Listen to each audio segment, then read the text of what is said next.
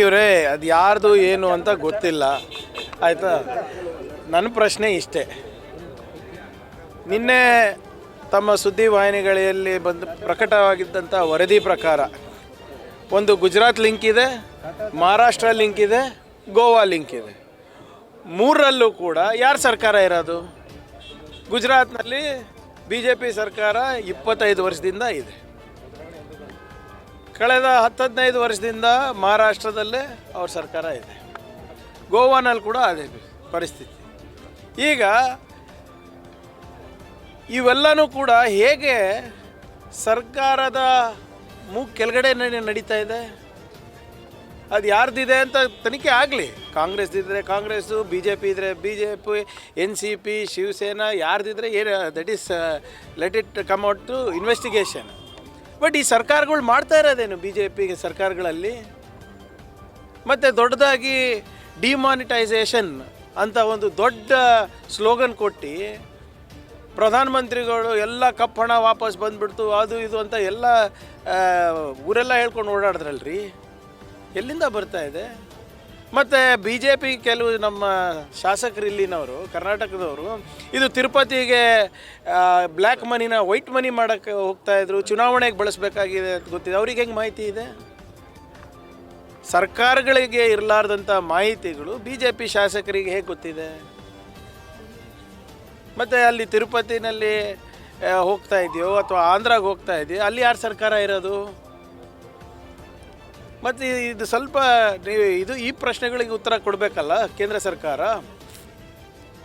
ಯಾವುದು ನಿನ್ನೆ ಇವತ್ತು ನಿನ್ನೆ ನಮ್ಮ ಪ್ರಧಾನಮಂತ್ರಿಯವರ ಭಾಷಣ ಮನ್ ಕಿ ಬಾತ್ನಲ್ಲಿ ನೀವು ಕೇಳಿದ್ರಿ, ಜೆನ್ಜಿ ಅವರಿಗೆ ಯಾವುದೋ ಭಜನ್ ಕ್ಲಬ್ಬಿಂಗಿಗೆ ಈಗ ಒಲವು ತೋರಿಸ್ತಾ ಇದ್ದಾರೆ ಅಂತ.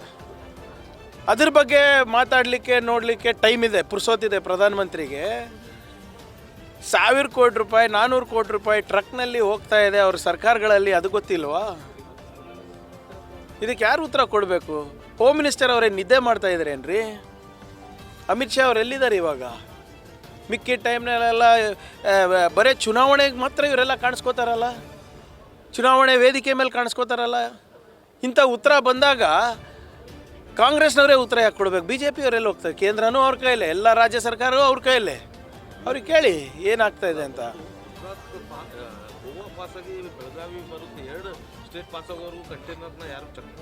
ಅದೇ ಕೇಳ್ತಾ ಇರೋದು ಸ್ವಾಮಿ, ನನಗೆ ಗೊತ್ತಿಲ್ಲ ಇದ್ರ ಬಗ್ಗೆ.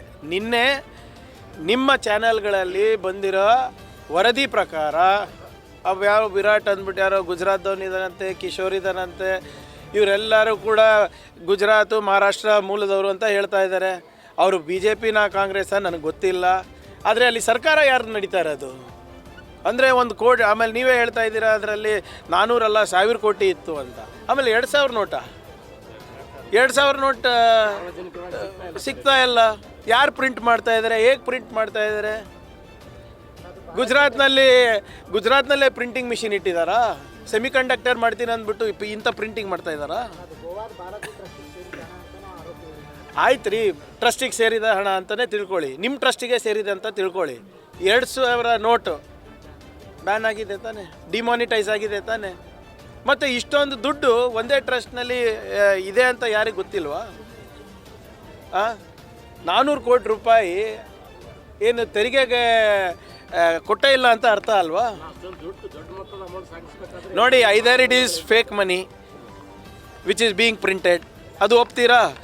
ಅಥವಾ ಅವಾಗ ನೀವು ಹೇಳ್ದಂಗೆ ಅವಾಗೆ ಸಂಗ್ರಹಣೆ ಮಾಡಿಬಿಟ್ಟು ಇಟ್ಟಿದ್ದು ತೋರಿಸಿಲ್ಲ. ಮತ್ತು IT ED ಎಲ್ಲ ಬರೀ ವಿರೋಧ ಪಕ್ಷದವ್ರೀಗ. ಅದು ಯಾರದೇ ದುಡ್ಡು ಇರ್ಬೋದು, ಟ್ರಸ್ಟ್ ಇರ್ಬೋದು, ನಿಮ್ದು ಇರ್ಬೋದು, ನಂದಿರ್ಬೋದು, ಯಾರದೇ ಇರ್ಬೋದು. ನನಗೇನೆಂದರೆ ಪ್ರತಿಯೊಂದು ವಿಷಯ ಕೂಡ ಅಮಿತ್ ಶಾ ಅವರಿಗೆ, ಮೋದಿ ಅವರಿಗೆ ತಿಳಿದಿರ್ತದೆ. ಜೆನ್ಜಿ ಅವರಿಗೆ ಭಜನ್ ಕ್ಲಬ್ಬಿಂಗ್ ಏನದು, ಅದು ಒಂದು ಇಷ್ಟನಾ? ಅಥವಾ ಇಲ್ಲಿ ಕಲಬುರ್ಗಿ ರೊಟ್ಟಿ ಬಗ್ಗೆ ಮಾತಾಡ್ತಾರೆ, ಕಲಬುರ್ಗಿನಲ್ಲಿ ರೊಟ್ಟಿ ಆಗ್ತಾ ಇದೆ ಅಂತ ಪ್ರಧಾನಮಂತ್ರಿ ಗೊತ್ತಾಯಿದೆ, 400 ಕೋಟಿ ರೂಪಾಯಿ ಎಲ್ಲಿಂದ ಹೋಗ್ತಾ ಇದೆ ಗೊತ್ತಾಗ್ತಾ ಇಲ್ವಾ? ಈಗ ಸಿಕ್ಕಿರೋ ಆರೋಪಿಗಳದ್ದು ಒಂದು ಆಡಿಯೋ ರಿಲೀಸ್ ಆಗಿರೋದು ಸರ್, ಅಂದರೆ ಕರ್ನಾಟಕ ಪೊಲೀಸರು ಕೂಡ ಇದರಲ್ಲಿ ಭಾಗಿಯಾಗಿದ್ದಾರೆ. ನೋಡಿ, ಉಪ್ಪು ತಿಂದಿದ್ರೆ ನೀರು ಕುಡಿತಾರಪ್ಪ, ಯಾರಿಗೂ ಇದರಲ್ಲಿಲ್ಲ. ಇದು ಗೂಬೆ ಯಾಕೆ ನಮ್ಮ ಮೇಲೆ ಕೂಡಿಸ್ತಾ ಇದ್ದಾರೆ? ನಮ್ಮ ಸರ್ಕಾರದ ಮೇಲೆ. ನಮ್ಮ ಸರ್ಕಾರ ತಾನೇ ಹಿಡ್ದಿದ್ದು, ನಮ್ಮ ಬಾರ್ಡರ್ನಲ್ಲೇ ತಾನೇ ಹಿಡಿದಿದ್ದು. 3 ಸ್ಟೇಟ್ ಬಾರ್ಡರ್ ಪಾಸ್ ಆದಮೇಲೆ ಯಾರಿದೆ ನೋಡಿ ವಾಟ್ ಎವರ್. ಈಗ ಸರ್ ನನ್ನ ಪ್ರಶ್ನೆಗೆ ಇನ್ನು ನೀವು ಉತ್ತರ ಕೊಡಿ. 2,000 ನೋಟು ಪ್ರಿಂಟ್ ಆಗಿದೆಯಾ ಏನು, ಅಥವಾ ಅವರು ಜಮಾ ಮಾಡಿಲ್ವಾ? ದರೋಡೆ ಆಗಿದೆ ಅಂದರೆ ಎಲ್ಲಿಂದ ಬಂತು, ಹೇಗೆ ಬಂತು, ತನಿಖೆ ಆಗಲಿ. ಬಟ್ ನಿಮ್ಗಿಂತ ಪೊಲೀಸರವ್ರಿಗಿಂತ ಮಾಹಿತಿ ಹೆಚ್ಚಾಗಿ ಮಾಹಿತಿ ಇವತ್ತು BJP ಅವ್ರ ಹತ್ರ ಇದೆಲ್ಲ ಹೆಂಗೆ ಅಂತ ಅಷ್ಟೇ ಕೇಳ್ತಾ ಇರೋದು ನಾನು. Central BJP IT